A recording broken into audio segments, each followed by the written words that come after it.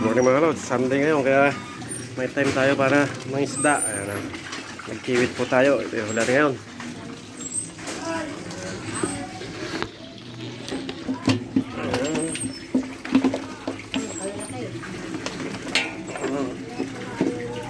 Apat na kilo siguro yan.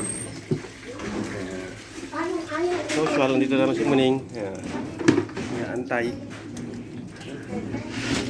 Dami po, lalaki. Tingnan nyo. Ang laking mga kiwit.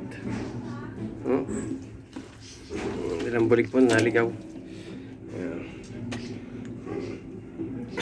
Talo ito, napakalaki.